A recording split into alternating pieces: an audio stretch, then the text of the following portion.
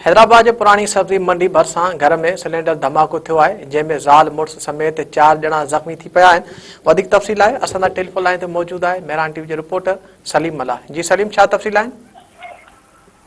जी बिल्कुल, हाली रोड जो है भरिसां आहे पुरानी सब्जी मंडी, उते एक घर में जो है वो रेफ्रिजरेटर जो कंप्रेसर है वो शॉर्ट सर्किट सबब गैस लीक थी है, जै सबब उनमें जो बाहि लगी है, ये रेफ्रिजरेटर जो है वो फाटी पियो है।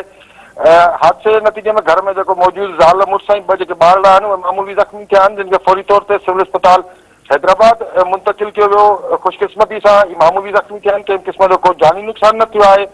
1122 जी टीम के जीअं ई इतला मिलियो त फौरी तौर ते जेका उहा टीम पहुती ऐं उन्हनि जेको आहे जेके ज़ख़्मी आहिनि उन्हनि खे रेस्क्यू कयो ऐं सॼे वाक़िए जी जेको आहे उन्हनि जांच कई। ख़बर पई शुरूआती तौर ते इहो चयो वियो त इहो सिलेंडर धमाको आहे, इतला इहो ॾिनो वियो, पर जॾहिं हिते 1122 जी टीम पहुती त उते ख़बर पई त रेफ्रिजरेटर जो जेको कंप्रेसर आहे उहो फाटो आहे, जंहिं नतीजे में ज़ाल मुड़ुस ऐं 2 ॿार जेके आहिनि उहे ज़ख़्मी थिया आहिनि। जी सलीम, मां जी महिरबानी।